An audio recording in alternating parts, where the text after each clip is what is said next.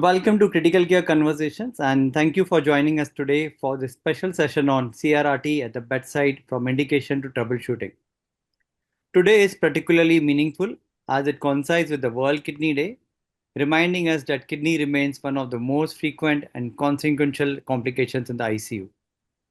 Acute kidney injury, as we all are aware of, affects a large proportion of ICU patients, and while we have important trials and guidelines, many CRRT decisions at the bedside remains unnoticed. Today's discussion aims at to move forward beyond protocols and focus on practical bedside decision making. And we have an outstanding panel of experts, and I look forward to a lively and practical exchange of ideas. Let's begin with introduction of our panelists. So to start with, we have Professor Mali Zasterman. She is professor at King's College London's Guy's and St Thomas Hospital.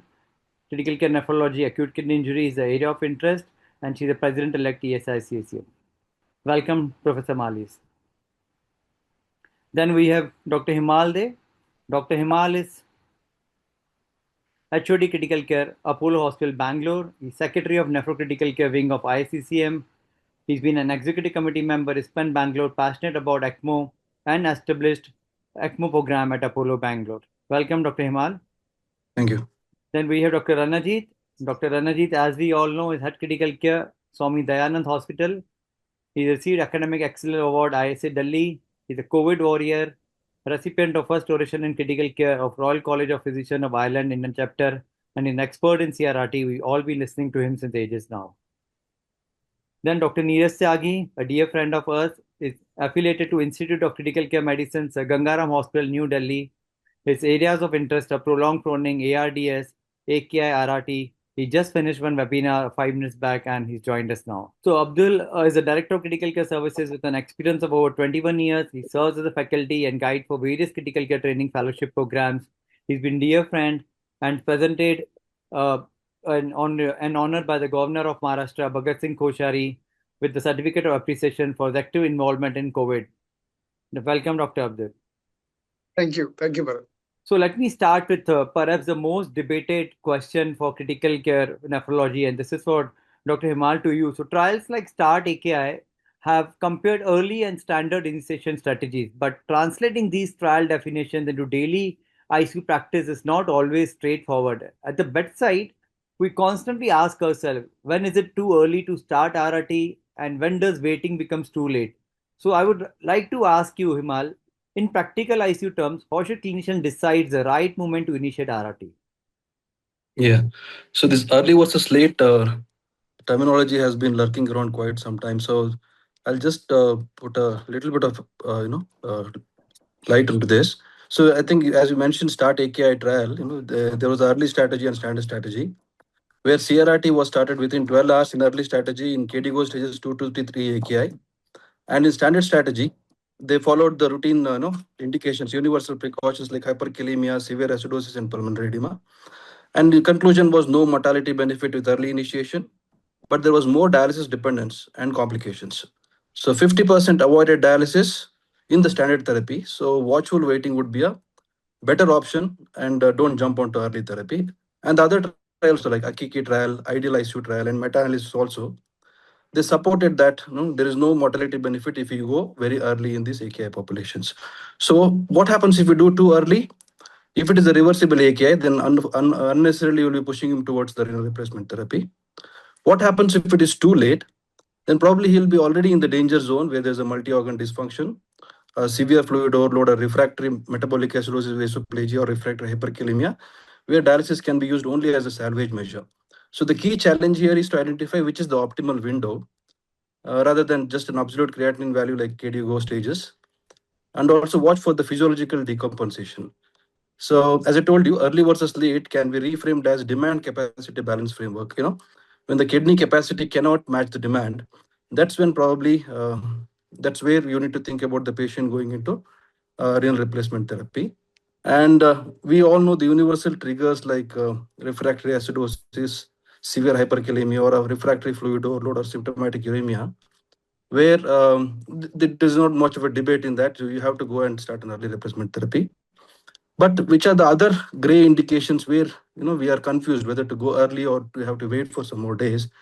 there probably we have certain tests like frusemide stress test, which has been being used, talked about much now, where we use around 1 milligram per kg of frusemide in a diuretic naive, or a little bit higher dose like 1.5 milligram per kg in a previously furosemide used patient, where you look at the urine output values. If they are responding, in the case, if you give that dose and the urine output is less than 200 ml in next 2 hours, that indicates that this patient may be at the high risk for progression to a higher stage of acute kidney injury, or probably requires a renal replacement therapy. That can signal us that demand will soon outweigh the capacity.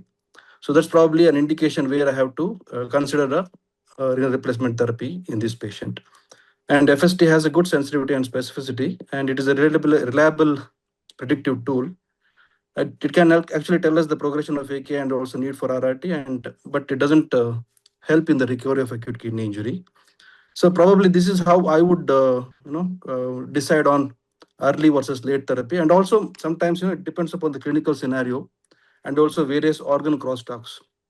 In the sense, kidney with the lung patient going into a pulmonary edema, or kidney with the heart cardiorenal syndrome, kidney with the brain with encephalopathy, and also depending upon what context of disease. If it is an ARDS patient on ECMO where fluid removal is a concern, there also timing can be judiciously decided based on the clinical condition.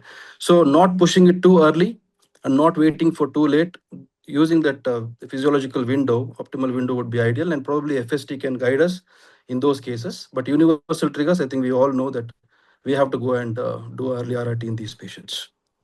So very nicely put it across, Himal. We know we have some urgent indications where there's no discussion, but in other areas, as you rightly said, it's capacity versus demand we have to look into, and so timeline is not decided. It's the various parameters what plays role. So very nice way of putting it across. So we move on to the next question, which is for Dr. Neeraj. It's for you.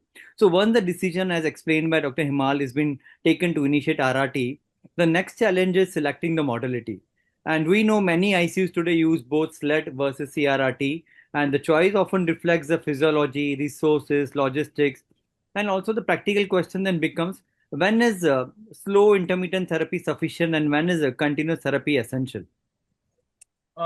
So I think the infographics you have put is self-explanatory.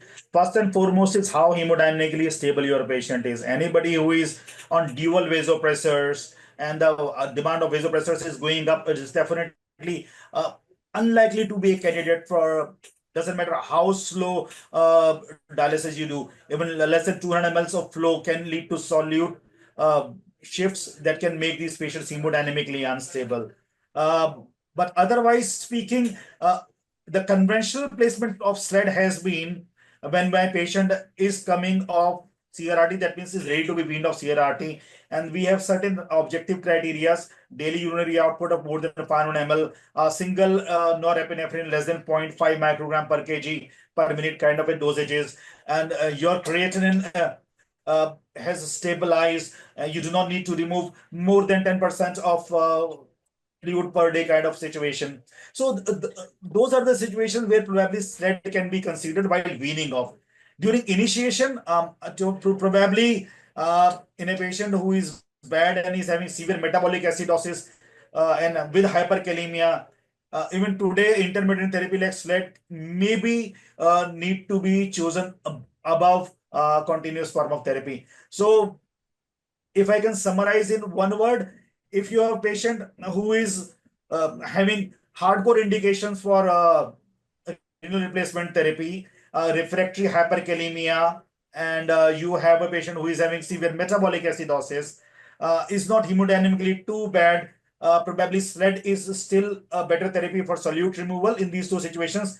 Otherwise, CRRT is to be used for any patient who is hemodynamically unstable. And as Himal pointed out, the demand is shifting from what the patient can handle towards CRRT. When we are trying to wean them off CRRT, probably that again comes into picture. The criteria can be used for urine output and hemodynamic stability. So yeah, very rightly put it across. I mean, there was a time when we were using CRRT almost for each and every ICU patient. Now we are a little bit moving towards the sled. Maybe it's less labor intensive, or we find it logistically easy because patients on mild and moderate dose of of vasopressors also tolerate SLED pretty well. But yeah, there are certain indications where tolerance is not there for the SLED. We are doing CRRT as such. So we'll move to the third question, and that is about the CRRT prescription, and this is for the Malis for you.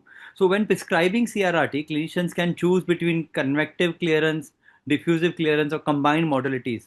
From physiological perspective, these differ, but in practice, the impact on outcomes remains repeated. So I would like to ask you, does a choice between CVVH, CVVHD, or CVVHDF truly matter clinically, and how should we decide the modality at the bedside?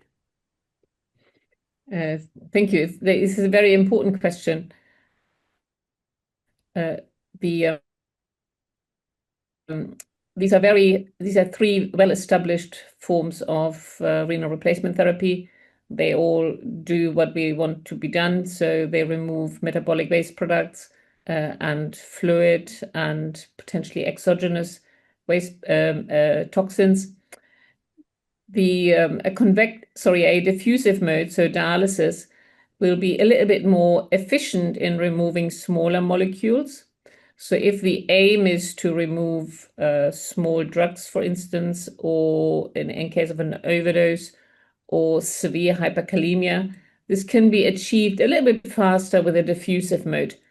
But otherwise, there is no real difference that makes a difference to the patient. If you combine them, you will have the advantage that you achieve more clearance. It's a higher dose, if that is the aim. But with regards to patient-important outcomes, we have no evidence that either of these modalities are superior. They're equally good at achieving patient-important outcomes. Yeah, so of course we know certain conditions physiological we can make the choices but when it comes to the outcomes, everything is almost same. It doesn't make a much difference as far as the studies are concerned. Correct. I mean, if I look after a patient with a multi-organ failure following a medication, a drug overdose, for instance, with a small drug, say lithium or so, then it's easier. It's faster. A diffusive mode will remove the medication a bit faster, but that's maybe my reason for choosing a diffusive modality. But otherwise, it makes very little difference for important patient outcomes. Understood. Thank you very much. And we'll move across to the next question. This is for Dr. Ranajit. So traditionally, CRRT dosing has been standardized. We often talk of 20 to 25 mils per kilogram per hour.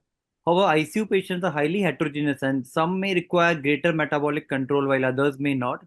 So the question to you is, should CRRT dosing remain standardized or should we move towards more individualized or phenotype-based dosing strategies? Well, thank you so much, Bharat, to invite me here with this great panel. Yes, that's a fantastic question. Actually, the concept is still growing. If you see since the early 2000s when Ronco started it, he was in favor of doing a higher dose, that is around 35 to 40. If you remember that his famous article in Lancet in 2000, he started with 35 to 40 ml per kg per hour of effluent volume compared to that of the 20 ml per kg per hour, found that with the lower dose, the mortality is high. But this was followed till 2008. By the time the ATN trial came out from USA, and after that the renal trial that came out from the New Zealand, Australia, where they found that no, there is not much of difference between 25 to 40. That is lower versus higher dose. But this is a very preliminary and basic concept that we are stuck into. We have to see what type of patients I am dealing with. For example, the variability of the dose is changing from 1.75 ml per kg per hour to up to 80 ml per kg per hour. It depends on what type of patient I am facing. For example, if you are having a patient of cerebral edema, where you just have to do a small scuff, slow continuous ultrafiltration, you don't exceed that net ultrafiltration or the patient fluid removal more than around 2 ml per kg per hour. Whereas, when you are treating a patient of AKI with not much of volume overload, then maybe in those patients 20 to 25 ml per kg per hour is fine, and that to of CVV HDF. Whereas if you are taking a case of hyperammonemia, where you have to remove that ammonia from the body slowly but steadily, you have to go for a higher dose. Maybe we start with 50 ml per kg per hour with the patient. It's very easy to say, very difficult to do with that amount of ultrafiltration. Maybe diffusive clearance would have been better in these situations. So you have to go up to maybe 50, 60, 70. Maybe your patient comes with a case of tumor lysis syndrome. So all these changes are precisely when you are using it, the dose vary and also the modality varies. For example, if you are trying to do a diffusive clearance, you are having severe metabolic acidosis. You don't have to remove that extra amount of fluid from the patient. You can go for a diffusive clearance. For hyperkalemia, go for a diffusive clearance. Moment phosphate comes in, then you have to go for a bit of convective clearance because you have to remove a lot of solutes, that solute overload. Maybe that convective clearance helps you better than that of a diffusive clearance. So it changes. And the smart use of CRRT in the ICU has to be done, not the timing, as he was telling Himaldev. I perfectly basically agree with him. Is the appropriate timing. Maybe the patient coming to you from the OT and the patient is having a bit of cerebral edema or a pulmonary edema. You start it immediately and do it for 6-7 hours. There you are doing scuff. Whereas a patient of sepsis, you might have to continue for days. So this has to be seen. The patient varies, as you have told, the heterogeneity has to be taken into account. And in that way, we basically decide how to dose the CRRT. Yeah, so very nicely put it across. We have to look into the heterogeneity of the patient overall altogether. It can't be the standard dose of 20 to 25 mils per kilogram per hour. It might vary from 10 mils to 80 mils depending on the condition, what exactly I want to do with the patient and what modality of the treatment am I using and for what purpose. Yeah. So this is a good message what you've given. Let's move forward to the next. It's for Dr. Abdul Ansari. It's for you. So we all know anticoagulation is a key determinant of circuit life and treatment efficiency. And regional citrate anticoagulation is increasingly recommended as first-line therapy. But the decision often depends on several factors like bleeding risks, liver, metabolic stability, institutional expertise, and sometimes we use systemic heparin or sometimes no anticoagulation at all. So how do you approach anticoagulation in CRRT and what factors guide the decision between citrate, heparin, or no anticoagulation at all? So first of all, thank you, Bharat, for getting all of us together on this esteemed panel. And I think most of the important areas of discussion with CRRT are already done about the timing, the modality. But anticoagulation choice, as you very rightly put it in between, because that is the most difficult portion. When you look at various randomized control trials and network meta-analysis, there have been more than 8 to 12 different modalities of anticoagulation, contrary to what we think heparin versus citrate. People have used nafamostat, prostacyclins, bivalirudin, hirudin, UFH plus PGI2, and RCA. And all of them have their advantages, but none of them have shown a great superiority over other. But increasingly, what we have realized is that regional citrate usually gives you the best advantage of filter life longevity, patency of the circuit, low bleeding risk, and easy kind of titration with the ionized calcium and the ionized calcium total calcium ratio. But the worry about concomitant lactate, metabolism, as well as if there is a liver dysfunction and other organ crosstalk which kind of cause the liver to be affected, significantly increase the risk of citrate toxicity. But in general, if there is no contraindication, as you very rightly showed on the slide, that when you look at these three aspects, whether you can give an anticoagulation, for example, if you have a traumatic brain injury, low platelet, DIC, and you are forced to start that, probably no anticoagulation is safe there. And in that case, if the bleeding risk is very high, maybe you will have to go for short CRRT duration. And if you can manage with a tailored, prolonged or small intermittent hemodialysis session without compromising in the quality, that could be best with saline flushes.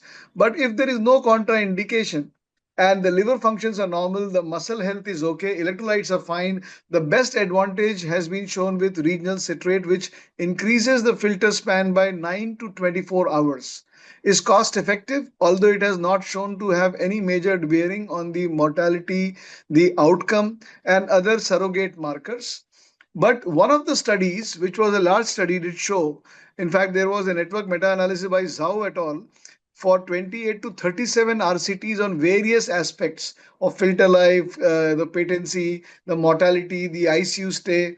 They didn't do a cost effectivity analysis, but what they found was that on most of the front, unfractionated heparin plus PGI2, prostacyclin I2, would probably be as good or be better than RCA. But in other large number of studies, RCA has actually outperformed most of the time when UFH was used, especially when the bleeding risk is calculated. So in my opinion, regional citrate is the default option if you are using citrate with good protocols, where you are looking at ionized calcium values of below 0.35. If we can reach that, you have excellent filter patency and is well tolerated even when the lactates are high but below 8. And the bilirubin, some people have used as a surrogate marker when it is crossing 10, or when there is gross liver and metabolic failure. Probably that's the time where you really don't advocate regional citrate. But even liver transplant, ALF patients, ACLFs, regional citrate has done well. And obviously, if there is no contraindication, heparin works well. It is easier to do, less costly, and probably influences an easy workflow. Thank you. So nicely put it across. So citrate is supposed to be the best, apart from few contraindications. What you put it across, and in certain bleeding patients, we have to, of course, consider flushes. But as we do this, so this is one of the most common frustration during CRRT is premature filter clotting, especially in certain cases where we can't use the anticoagulation. And this happens. The immediate question is whether the problem lies with the patient's physiology, the prescription, or the circuit setup and access, and understanding the underlying cause is essential because of the corrective strategy. So my question to you, Malis, is can we predict filter clotting, and when it occurs, should clinicians systematically troubleshoot the problem?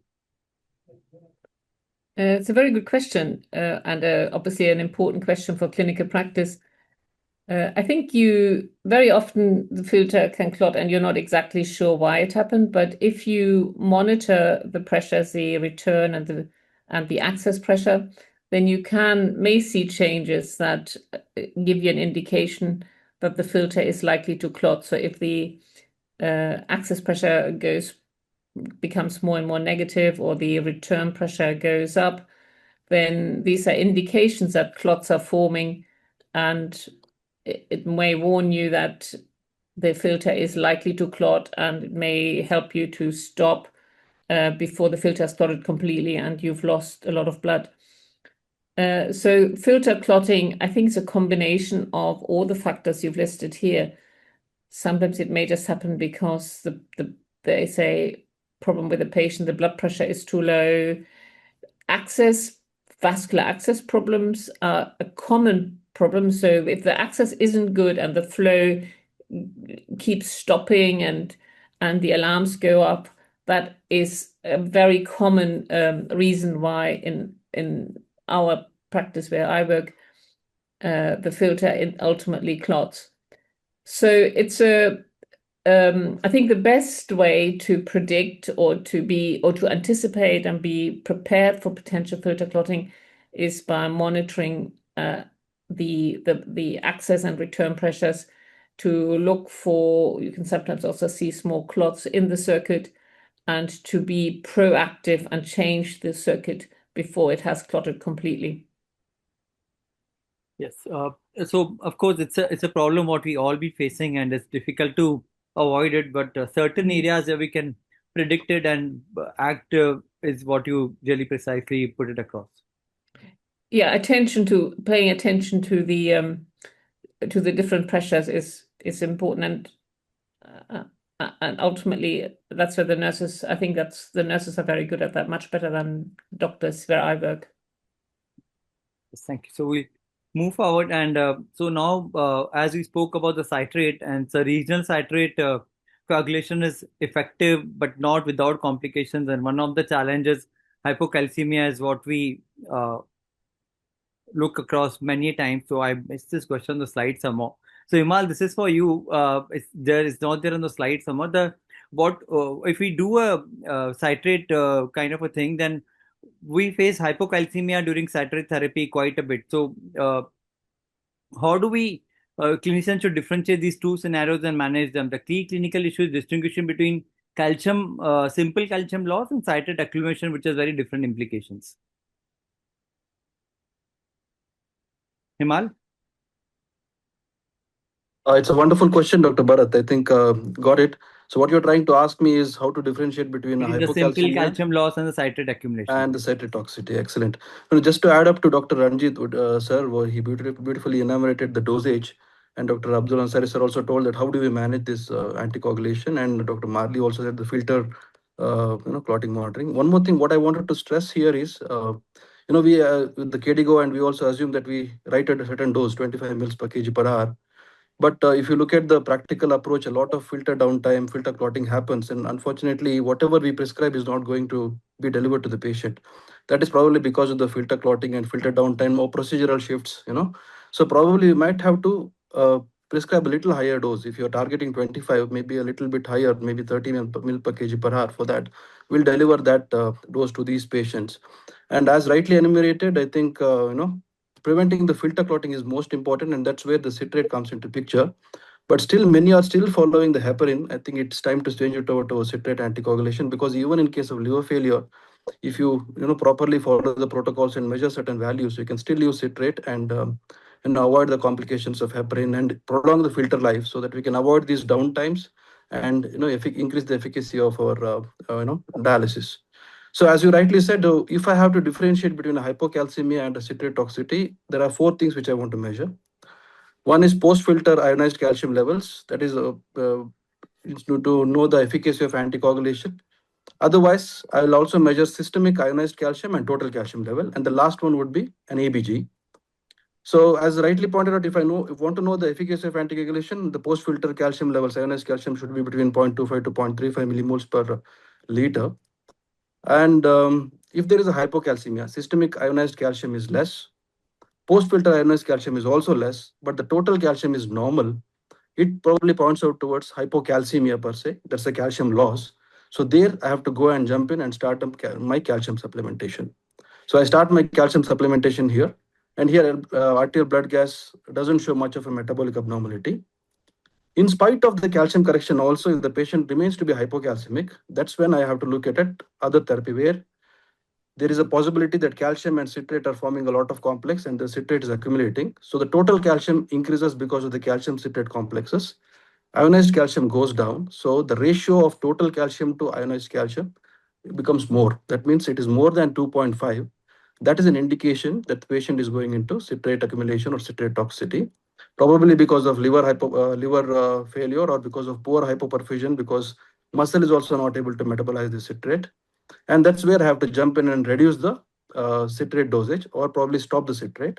Sometimes if this happens, I can increase the effluent dose, like increase the dialysate or ultrafiltration flow rate, so that I can physically remove the calcium citrate complexes, but maintain the calcium replacement. If nothing works out, probably I'll switch to other anticoagulation, like Dr. Abdul Ansari said. And the most important thing here, another parameter which would guide me is an arterial blood gas, which will show high anion gap metabolic acidosis, because citrate, being an unmeasured anion, increases the anion gap. So that can indirectly guide that it can be a citrate toxicity.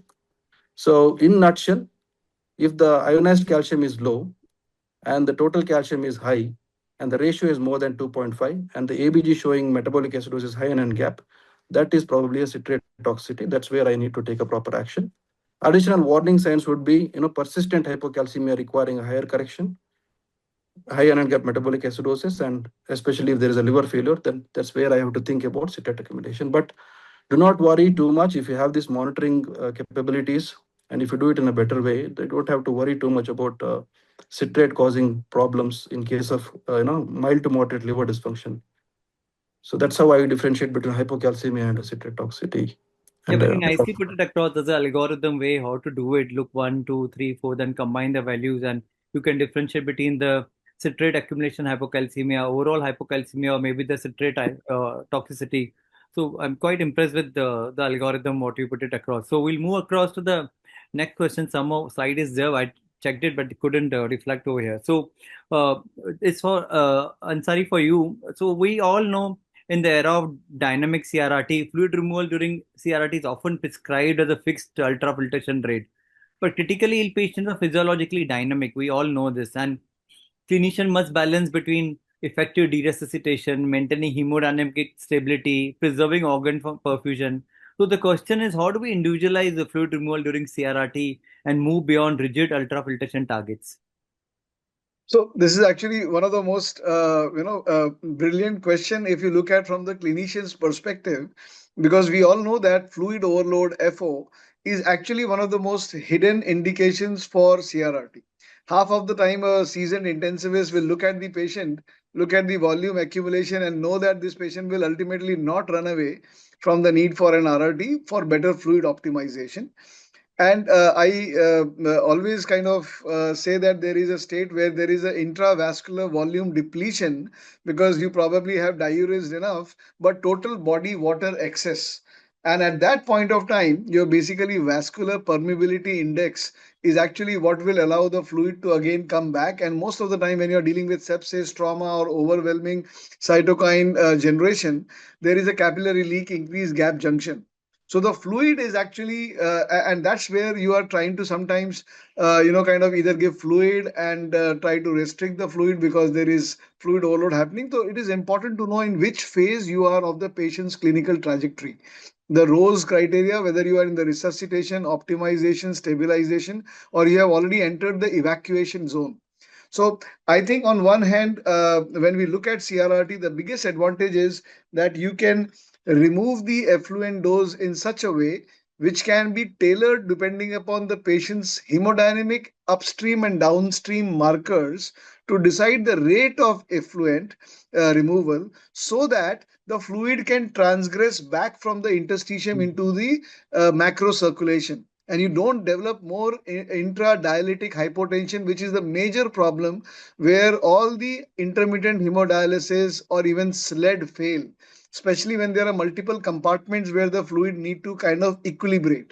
So this is important when you are looking at hemodynamic stability. There is a macroscopic stability, which sometimes we are very happy, hardly a small dose of norepinephrine requirement. You start SLED, 3 hours down the line, your SLED have to terminate because now the hemodynamic instability has worsened because of overzealous fluid removal, very high dialysate flow, and the patient can't tolerate the flux. And at that point of time, you are again asking what to do. And that's a bad choice. When I say that there is a reasonable intravascular volume filling and there is hemodynamic stability, probably that's the point where you look at the question whether I need to remove the fluid as a basic fluid removal or an active strategy or a targeted strategy. So when you say the basic strategy, the UF is matched to the anticipated intake. So you want to kind of keep an equal balance. Your patient has just come out of a storm, you have resuscitated, and the patient is looking better. You don't want to remove too much of fluid now. Just get the metabolics and the solute removal corrected.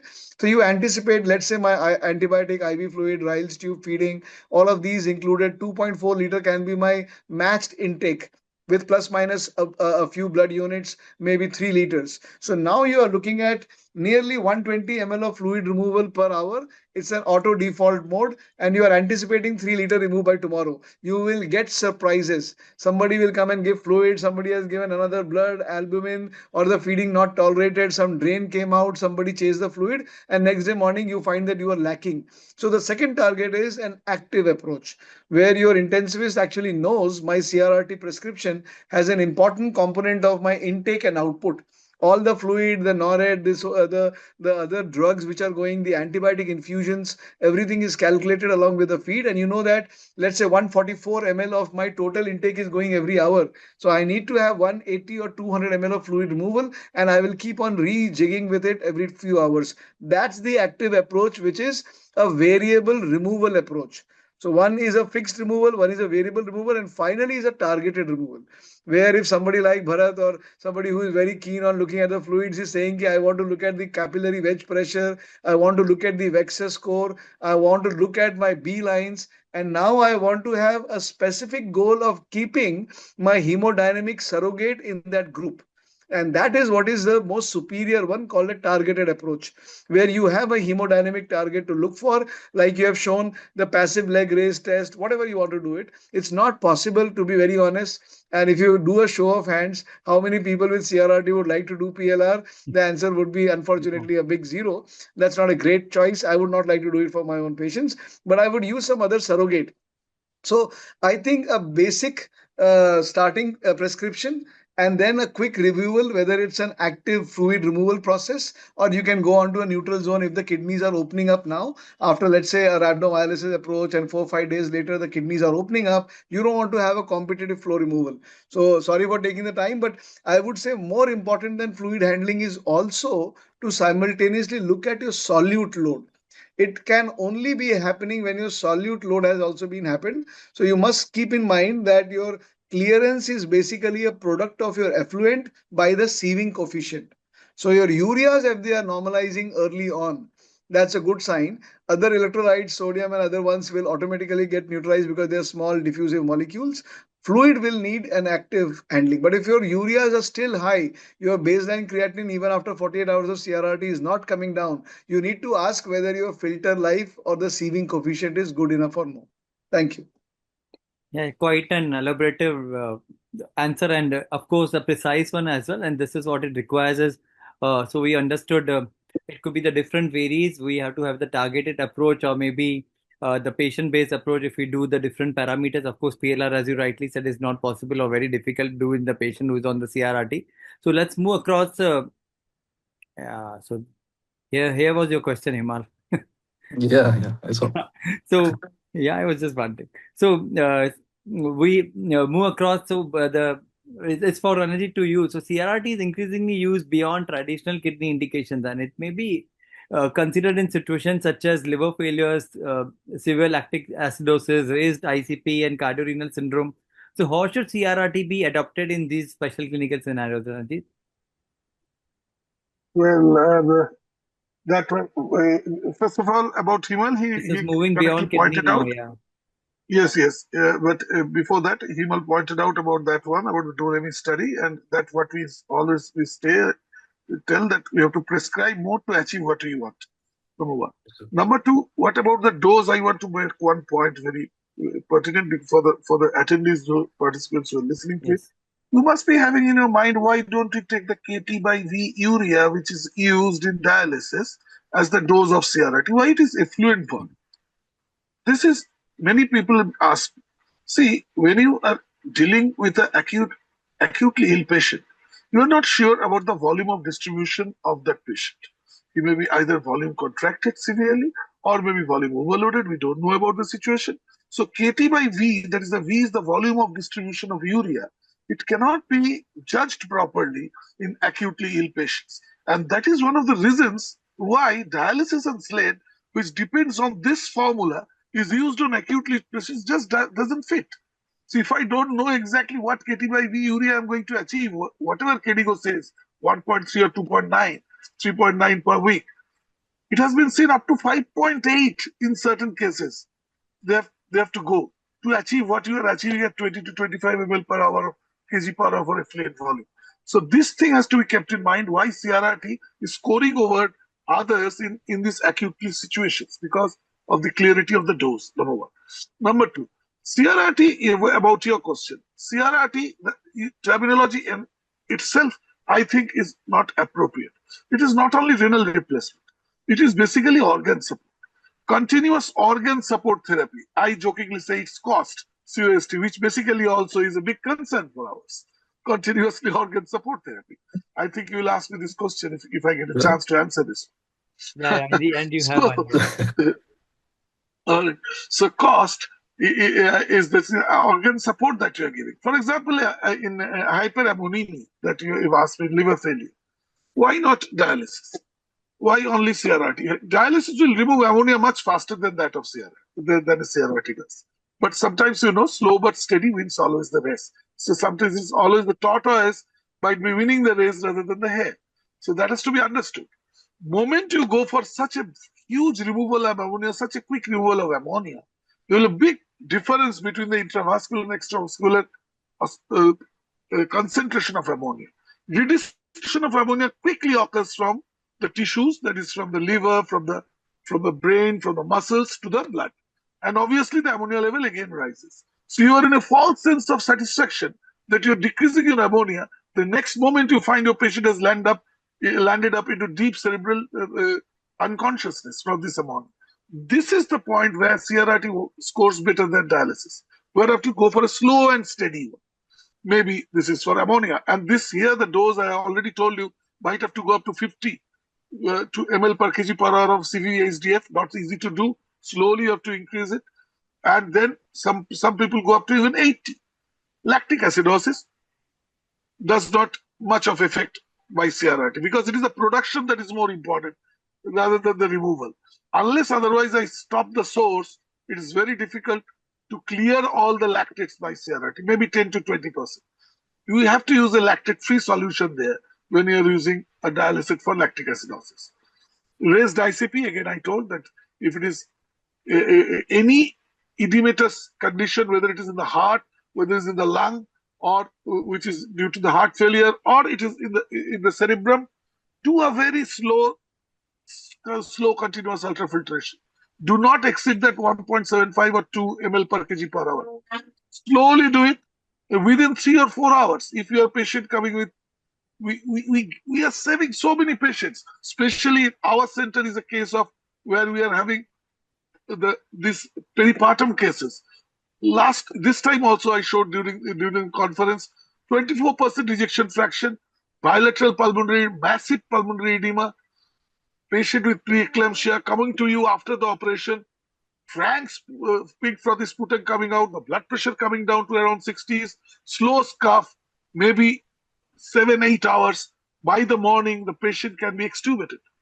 So this is the advantage and the uniqueness of this therapy, which can be used in different scenarios in different conditions. So again, the dose obviously starts, again, I told you, from 2 ml per kg per hour, maybe up to 80 ml per kg per hour. In this way, we can use CRRT very judiciously in different type of situations. And one thing that I want to tell you about the ARDS and CRRT. When you are having ARDS and CRRT, you are combining. You all know that we have already now with having the Prisma lung with us, the lung filters that are coming. In the yesteryears, we used to use the neonatal filters, neonatal oxygenators. Now that was costing you around 17,000 rupees. Now you have a sophisticated filter that costs you around 1.7 lakh. If you don't know how to put the blood there, you are going to fail in your lung, and that lung filter will go off in 3 to 4 hours. So this setting of CRRT with ECOR is very important, which is to be understood. I think Bharat will put up another podcast for this because we'll take a lot of time to explain this one. But yes, CRRT along with ARDS, ECOR may be used to decrease the level of CO2 to remove that permissive hypercapnia so that we can go down on my tidal volume from 6 ml to 4 ml to 3 ml per kg body weight and decrease on the lung stress. So that can be done even in retractable COPD patients where the CO2 can be removed, maybe 90, 100 is going up, and the patient does not want to get intubated. We can go for ECOR to take out that extra amount of CO2 from the patient. That is a completely different story. This is how we use CRRT beyond the kidneys. Thank you, nicely putting in across. So my next question is actually for the Malis, but I think she had to leave. She has an emergency thing. She'll come back in maybe next 10 minutes. So any one of you can take it, Abdul or Ranajit, if you want to take it. So in patients in toxicology cases, clinicians often need to decide between ISD and CRRT. And this decision depends on we all know toxin characteristics, pharmacokinetics, patient stability. So when should CRRT be preferred over intermittent dialysis, especially in case of poisoning? Anyone can take this. See, many of these patients of poisoning, basically, when you take up these patients of poisoning, if they are hemodynamically stable, most of the situations, it is better to use a intermittent hemodialysis. There is no ifs and buts on it. But we have to select what type of poisons you are dealing with. For example, a small molecular weight poison. The poisons you're having small molecular weight, limited volume of distribution, limited protein bounding. These molecules are removed by dialysis or by CRRT, whatever it may be, dialytic procedure, slow or a fast procedure. Now you are going to select disoxin. You can't remove it, obviously. So you have to select which one. For example, metformin, valproic acid, lithium. These things can be ethylene glycol, methyl alcohol. So protein These binding and poisons can be non-protein binding ones. exactly. So non-protein binding ones. The non-protein binding ones, water-soluble ones, that can be removed. Yes, hemodynamically unstable. Do not go for a dialytic procedure. Start with a CRRT. But if you ask me, most of the times, if the patients are hemodynamically stable, go for it. Go for hemodialysis. Now, do not start a hemodialysis in a case of organophosphate. It will not work. So you have to select my poisons judiciously where you have to use this. If somebody can add on it. Yeah, Abdul, you wanted to say something. You have to unmute yourself. No, you are absolutely fine. What Dr. Ranjit said was absolutely to the point. We need to look at what exactly is the molecular size, small, mid, and protein binding. These are the three important areas. And apart from that, please don't ignore that there would be a need for either hemoperfusion, new cartridges, or therapeutic plasma exchange also as a possibility in your armamentarium. The X-TRIP study, which is the largest study of extracorporeal therapy in poisoning, actually talks about this in various indications now, including phenobarbital and other poisonings, ethylene glycol, lithium, and all those the small, middle, and larger molecules. All of them can be variously addressed. But the limitation here is that there have been no rigorous trial with any other controlled methodology because the mortality can be so high that we are mostly relying on pure pharmacological principles and the PK/PD characteristics. So what is important is that starting early on an IHD with a hemodialysis or a hemofiltration, depending upon what kind of molecule we are looking at, and a high flux filter if possible, if that can be done. Apart from that, a lot of people have kind of given good results with even paracetamol poisoning when the hemofiltration is done very early on. And some of these newer filters that we are kind of aware of the Zine filters, who do a kind of lot of heme adsorption, can also be transitioned in between in addition to these intermittent or continuous dialysis. And therapeutic plasma exchange, as we all know, for a lot of other toxins which are larger molecules, can actually give you a large volume quick removal of preformed toxins in a very rapid manner, especially when it is more biological origin. But as Dr. Ranjit very clearly said, look at your hemodynamic stability, look at the kind of molecule. If non-specific molecule handling is there, then probably it is best to start with early intermittent hemodiafiltration with some kind of a resin column if it can be, kind of fit into the cost effectivity scenario. Yes, sir. Thank you. Anyone else want to add something? Neeraj Ibar?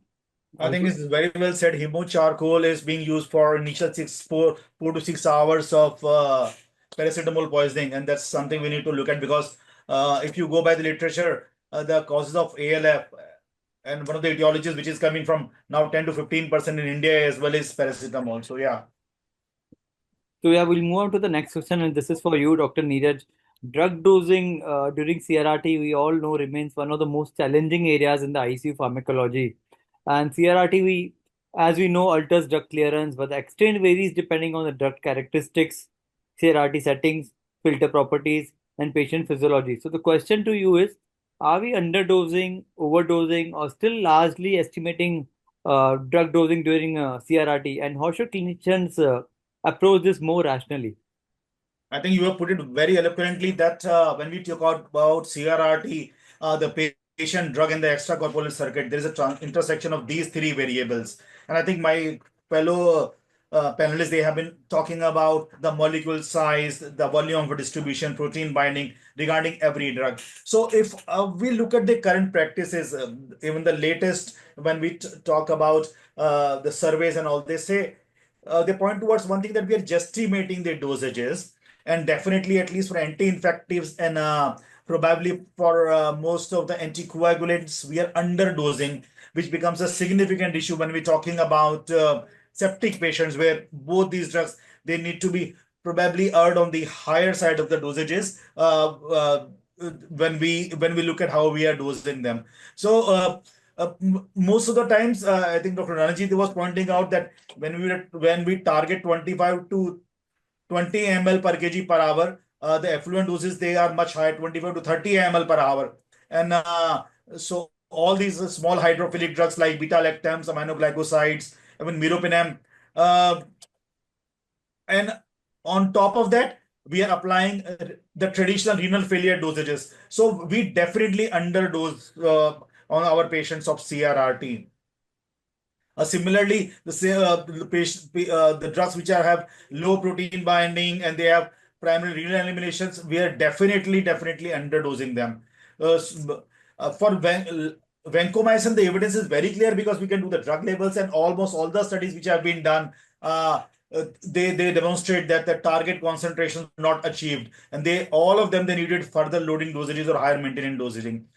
So if you allow me, I mean, the practical clinical approach is probably to give a full loading dose, because loading dose doesn't depend on what kind of creatine level is there. It just depends on the volume of distribution and the total body weight, and then probably adjust maintenance dosages based on CRRT effluent rate and the drug characteristics. And unfortunately, we do not have TDM available with us, so usually erring on the 25% higher of the justified dose is the most practical solution to the problem that I can think of.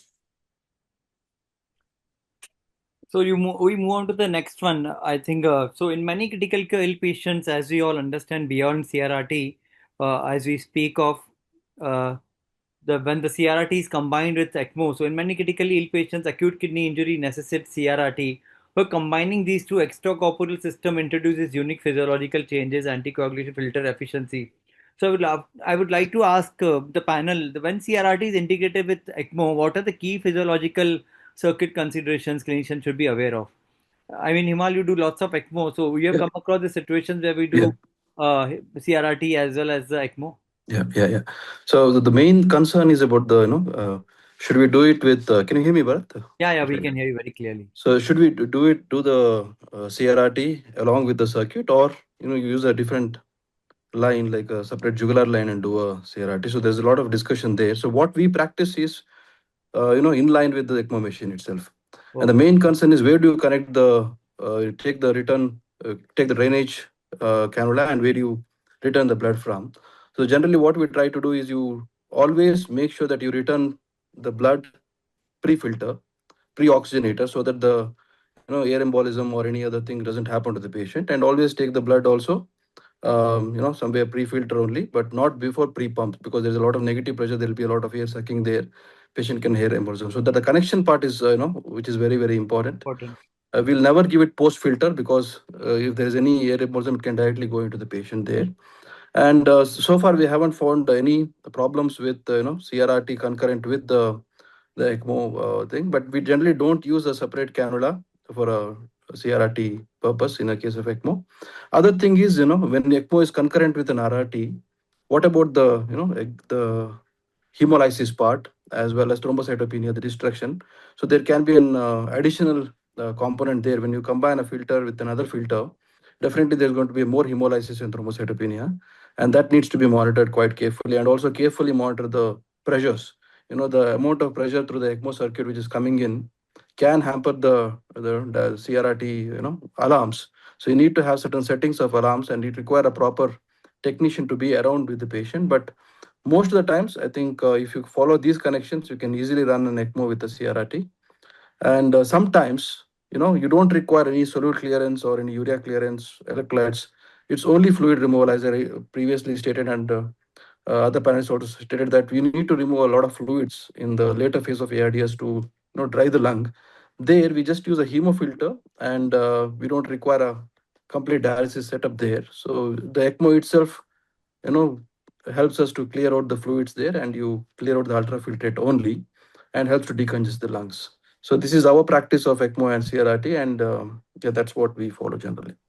Yeah, so rightly put it across. I mean, maximum of the patients on the ECMO will eventually need CRRT, and lung recovery, it's all VV ECMO, and the ventricular unloading is VA ECMO. So, when we talk of the renal perfusion hemodynamics, uh, ECMO alters the pulsatility, and this is why it impairs the renal perfusion as well. And VA ECMO may reduce the renal arterial pulsatility and affecting kidney recovery. This is why CRRT needs to be titrated carefully to avoid the hemodynamic compromise. And also, when we talk about the altered inflammatory milieu, which is mainly because of the ECMO circuits activating the complement system, their CRRT might be of little help over there. And as how do we do it regarding the technical things, very rightly put it across, Himal. Thank you very much. We move on to our next question, and this is for Dr. Ansari for you, and it's about the absorption therapies. I think this is your area of interest, and you've been using it quite a bit. So there's a growing interest in absorption therapies and substances designed to remove inflammatory mediators. While the physiological rationale is appealing, the clinical evidence remains debated. So the key question is: are these technologies promising innovations, or do they just add to the cost, as Ranjit was talking about, and complexity with clear outcome benefit? So, uh, thank you for this question, Bharat. If you ask me, this has been actually the most controversial area because I designed this initially we question for were you. yeah, initially we were always debating whether RRT or which modality. That is the biggest controversy in extracorporeal therapy, and this was always on the sidelines. But believe me, when we are dealing with more and more immunocompromised patients going through complex procedures, in fact, I tried kind of searching the literature from Journal of Acute, surgical care, and they were actually kind of talking a lot about refractory shock post complex surgeries which were having a lot of cytokine or endotoxin release. And there is a surgical article review in extracorporeal therapies meant for these patients post op. And even in cardiac surgical areas, people are increasingly talking about that bad surgical patient. What exactly went wrong in the theater when so called source control was done, but the patient didn't do well? So when the standards of care for sepsis management, source control, antibiotic, hemodynamic support, organ support, including RRT modality, and timely initiation has already been done, and you still find it difficult for to kind of turn or tone down the immune response of the body, whether it is overwhelming cytokine storm or it is some kind of endotoxic milieu. We are always at a loss what can be done more. And there is enough amount of literature done right from Claudio Ronco's time and all, who have kind of tried using various filters. And just to name a few, the best utility has been found in obviously exogenous toxins, the poison, snake bite, phenobarbital. And we know that their X-strip study has shown that there are clear-cut ways that we were talking about for for taking care of toxidromes. This is an internal toxidrome when you have very high overwhelming level of interleukins, like in a cytokine storm or an endotoxic shock, which is like a staphylococcal shock syndrome or some kind of necrotizing fasciitis, overwhelming pneumonias with organ crosstalk. It has been shown that if we can moderate or modulate the membrane characteristics to adsorb, either because of handling of AN69 membrane or PMMA or some kind of beads, polymer beads, or even what is called polymyxin impregnated kind of membrane, or EMIC2, the ultra flux, middle molecule clearance Fresenius kind of new membrane, and or cytosorb. All of them have shown to have some signal, especially for improving physiological variables at the bedside. And I've been we have an article published just recently where we looked at our own 80 patients whom we had used these therapies, and we have a clear cut signal in their immediate hemodynamic stabilization and some short term downstream and upstream markers. But they can never be powerful enough to kind of give you an outcome on the mortality, length of stay, and other hard endpoints, which are the costly endpoints, as Dr. Ranjit was telling me. So, if you ask me, there are enough frameworks in which there are enough articles, guidelines which we have published, and they are internationally available, where cytokine dynamic scoring systems, there are certain indications where you look at the SOFA score and look at the biomarker profiling. There is one more new, bedside test for all the different 6 cytokine markers is also coming in. The metagenomics are also trying to profile the right patient who is not doing well. So it will be sepsis phenotype associated toxin adsorption filter in the future. It is too early, maybe I'm talking ahead of time. But what we have been doing is using either Procal, IL-6, CRP, ferritin, and a few other clinical markers to give us some kind of a radar apart from the usual sepsis indicators. And we have seen that a very proactive approach early on after doing the standard of care as an adjuvant therapy, targeted extracorporeal membranes and playing around with that, knowing whether it is a endotoxin heavy milieu or interleukin or cytokine heavy milieu, to probably choose an add-on filter, which could be a membrane modification in the form of either AN69 oxalis or either a cytosorb heme adsorption or PMXHP or EMIC2 or sometimes even therapeutic plasma exchanges. Thank you so much. And as far as outcome benefit, I have an article which does show a signal towards that. It cannot be statistically significant. Larger trials are required, which have been sometimes disastrous and a lot of cost to the exchequer. If you wish, you can post it on the chat box for everyone to have a look at that article. And we'll move Sure. across to the de-escalation. This is for Himal, for you. So we all spoke about starting CRRT is a major decision, but stopping can be equally challenging. And clinician must consider renal recovery, hemodynamic stability, and overall clinical trajectory. So the question becomes: is stopping CRRT primarily a renal recovery or a hemodynamic decision, or particularly an ICU decision, or we should be transition to when should we transition to SLED and as patient stabilizes from CRRT to stress? So when do we stop it and when do we transit from CRRT to SLED? I think Dr. Neeraj, he's already enumerated the way how do we shift from CRRT to the SLED. But I'll just tell you the main reason I would stop my CRRT therapy is primarily a renal recovery decision. KDIGO also says that when the intrinsic kidney function has recovered sufficiently, like in terms of maintaining the pH balance or regulating the fluids and electrolytes, and also handling the solute load like azotemia, that's when I think that the patient can come out of CRRT. If you ask me, the strongest predictor is probably the urine output, because even the larger cohort studies also have shown that, if urine output is more than 400 ml, without diuretics, and if you use diuretics, if it is more than 1 to 1.5 liters per 24 hours, that can be one of the strongest predictor of successful weaning. And don't go by arbitrary urea creatinine thresholds alone. That is probably the first decision. If you ask me about the hemodynamic decision, hemodynamics play a supportive role, and mainly it will probably help us in switching over from CRRT to SLED. But some have shown that vasopressor liberation, coming down the vasopressor support, indicating that there can be a successful discontinuation. But if there's a positive fluid balance, then probably may not come out of the CRRT, might require longer CRRT runs. And sometimes a creatinine clearance level, like up to 12 to 15 ml per minute range, that can actually roughly guide that you can come out of CRRT and you can discontinue CRRT. So that would be the second option. The third option is the logistical issues. At least in our setup, we may not face it, but if you look at the larger extent, it can be one of the driver, but not a major driver to discontinue RRT. The logistical issues, I think we all know. One is resource constraints, like don't have a machine there, machine availability, we don't have too many machines there. Staffing issues, the nursing people are not trained enough. Some people may not be able to take up the anticoagulation burden itself with change of anticoagulation. Cost is the primary factor. I'm actually looking forward to listen from Dr. Ranjit sir about that cost and elaboration.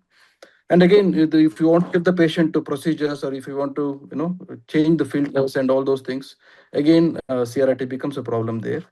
And that would be probably one of the decisions to stop it, a logistical decision to stop the CRRT. Coming to the second part of the question, when do I transition CRRT to SLED? So here probably hemodynamics is the key role there, where if the patient is hemodynamically stable, and that's when the patient is not so is ready to go for the intermittent hemodialysis, and he still requires some kind of vasopressor support. Probably that's when I switch over from CRRT to SLED. And practical advantage of SLED is probably the standard HD machine can be used. You can cut the cost. You can enable longer runs, and reasonable hemodynamic stability can happen with the SLED. And you can use it in resource limited ICUs as well. So that's probably one of the indication where I switch over from CRT to SLED. And I know there is a renal readiness and metabolic readiness. Means the native kidney function is partially improving. That means urine output has improved. Electrolyte balance it is able to take care, but still not enough to clear the solute and the volume overload. So that's when probably I'll not stop the CRRT, switch over from CRRT to SLED, and then continue with the SLED therapy. Like typical case scenarios, if the patient, septic AKI patient, he's having vasopressors settling down, but still he has a lot of azotemia, then probably that's the time where you should not stop the CRRT, where you switch over to a SLED therapy. But one more aspect is where I don't want to switch from the CRRT to SLED or any other modality is probably when the vasopressor requirement is steady or it is escalating, or whenever the patient is not able to tolerate that ultrafiltrate removal, PP is dropping when I try to do that. When there is a large, positive balance and there is a severe cardiac dysfunction, probably I'll be a little careful there. And of course, as Dr. Ranjit said, there's in case of an acute brain injury, because of probably an cerebral edema risk in case of hyperammonemia or a fulminant liver failure, where there's a lot of cerebral osmotic shift happening. There, I would not again rush and jump into a SLED therapy.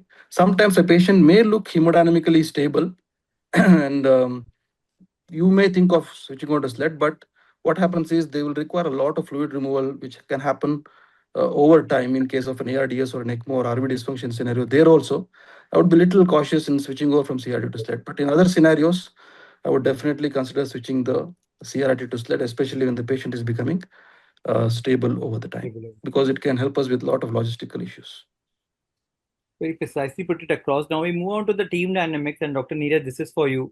So CRRT, we all know success depends not only on the machines but also on the team coordination as well. And many complications that we all spoke of, filter clotting, electrolyte disturbances, circuit downtime, often relate to processes and training as well. And as Marley's also brought it across, I mean, nurses are better trained when identifying the pre-filter pressures or the post-pressure filters and to look into the filter clotting. So can structured team training improve CRRT delivery, and what practical strategies help sustain these movements? So definitely, Bharat.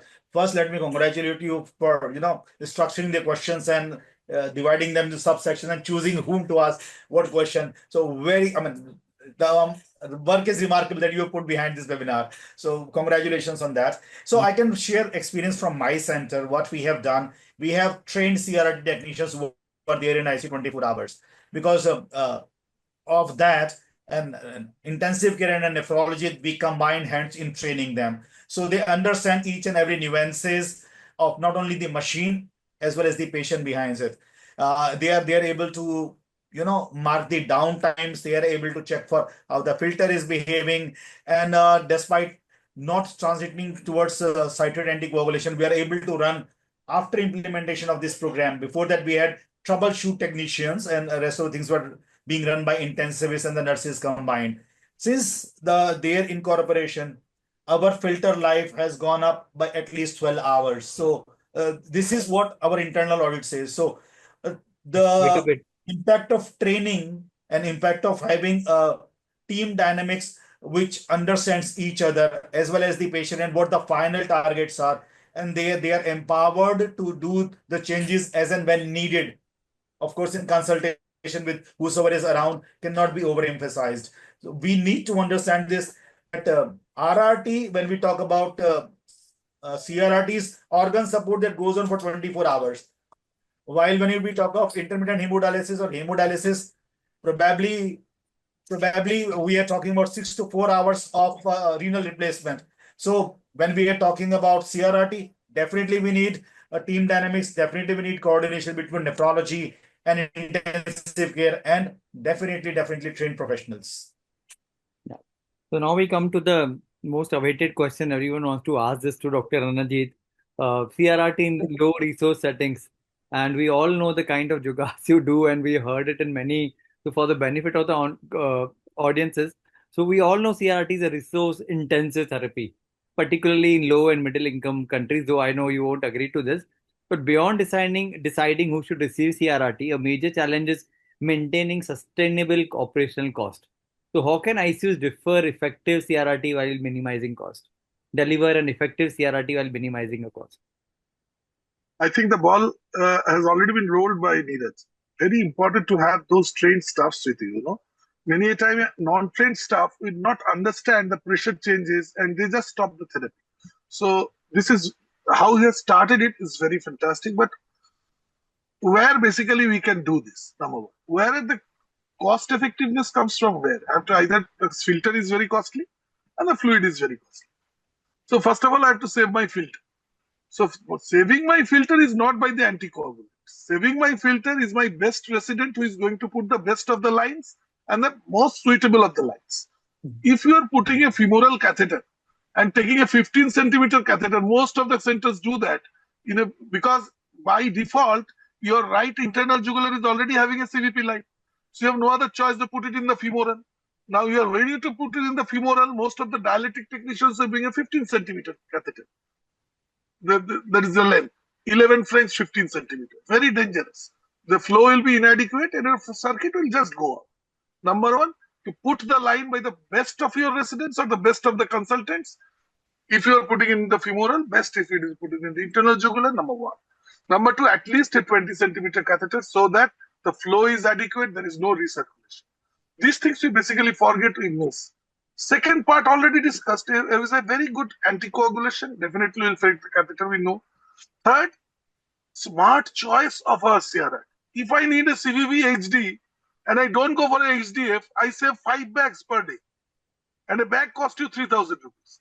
If I go for CVV HF and not for CVV HDF, again 5 bags I am saving. For scarf, you don't more or less need nothing.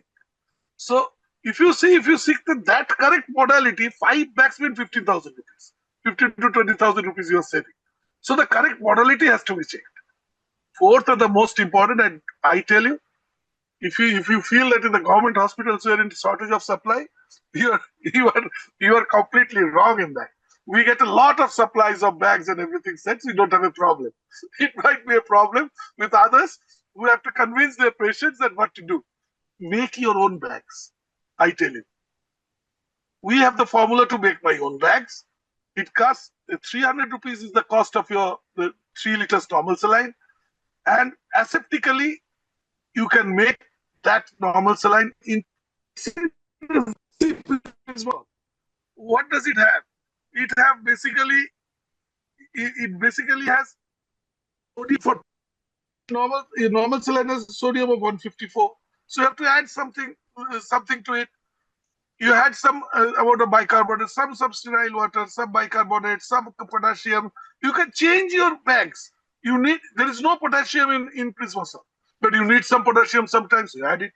Similarly, when you are using hyponatremia and hypernatremia, you have to customize your fluids or your circuit. So you can do that. You can customize your fluid.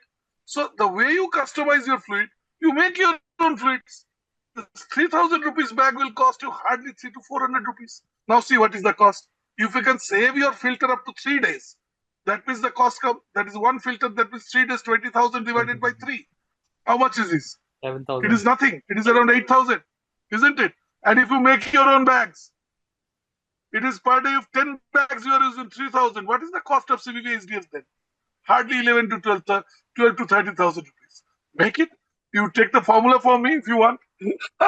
I can give it to you. And I'm sure that this has to be circulated. We can make, or we have to make the bags in India.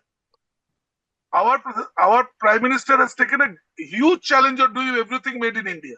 We have to place it to the Health Ministry that you have to make this bag in India so that it costs hardly a few hundred rupees rather than what we are basically importing it from Germany. And we are giving 3,000, 3,500 rupees per bag. So there is the point. They have to make your bags and audit, regular audit. See, train your patient, the persons. That's what Neeraj was telling. So important. Training if you have good technician, can save your filter. Similarly, very simple thing. Suppose your catheter is placed in the femoral and the access pressure is very high. Basically, just you have to abduct the leg a bit and pull the catheter a bit out. That basically seizes the problem. And we go on pushing fluids. We go on increasing the decreasing the ultrafiltrate rate. We change the blood flow rate. We do all the wrong things to save that high access pressure. Basically, just you have to abduct your leg. So regular training, regular practice, and a bit of improvisation. If you call it jugaad, it's fine. You can do it. I think CRRT cost can be decreased below 20,000, even if you are doing CVVH. Yeah. So it's improvisation is a international word, and jugaad is what we use as a national terminology for the same. National alternative for that. Yeah. So it's the same thing. Someone has requested you if you could put across this in the chat box for them how to make a bag. If you have time, you could please do that. In the meanwhile, I'll thank you all. And I put my number there because I have to explain it to how exactly to do that. yeah, I put my number. Your number there, they'll call you for. I understand. So all right. thank you to all of you, as we have covered a wide spectrum today, from when to start CRRT, how to prescribe it, how to troubleshoot complications, de-escalate, and how to improvise in the resource limited setting. And what becomes clear is that CRRT is not simply a machine based therapy, it's fundamentally physiological guided therapy. Successful delivery requires thoughtful patient selection, individualized prescription, and vigilant monitoring and strong multidisciplinary teamwork. So I would like to thank our distinguished panelists for sharing their expertise and insight, and thank you to everyone who joined us for this session of Critical Conversation. Have a wonderful evening.